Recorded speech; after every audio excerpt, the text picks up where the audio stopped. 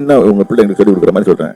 சாப்பிட்டு கை கழுவாம போயிட்டீங்கன்னா அது உங்க ஸ்டாண்டர்டுக்கு அப்பதான் அழுக்குன்னு சரி. ஆனா கர்த்தருடைய ஸ்டாண்டர்ட்ல மாம்சத்தை அழுக்குன்றது வேற. அப்ப அந்த இதுக்கு நீங்க அதை புரிஞ்சுக்கணும். What God thinks about me, என்னை குறித்து கர்த்தர் என்ன நினைக்கிறார். நம்ம 1000 நினைக்கலாம் கர்த்தரை குறித்து, ஆனா முக்காசி தப்பதான் நினைப்போம். ஆனா கர்த்தர் என்னை குறித்து என்ன நினைக்கிறார், இதை புரிஞ்சுக்கிட்டோம்னா then we will start obeying him. We'll understand. அது மாம்சத்தில் உள்ள இது.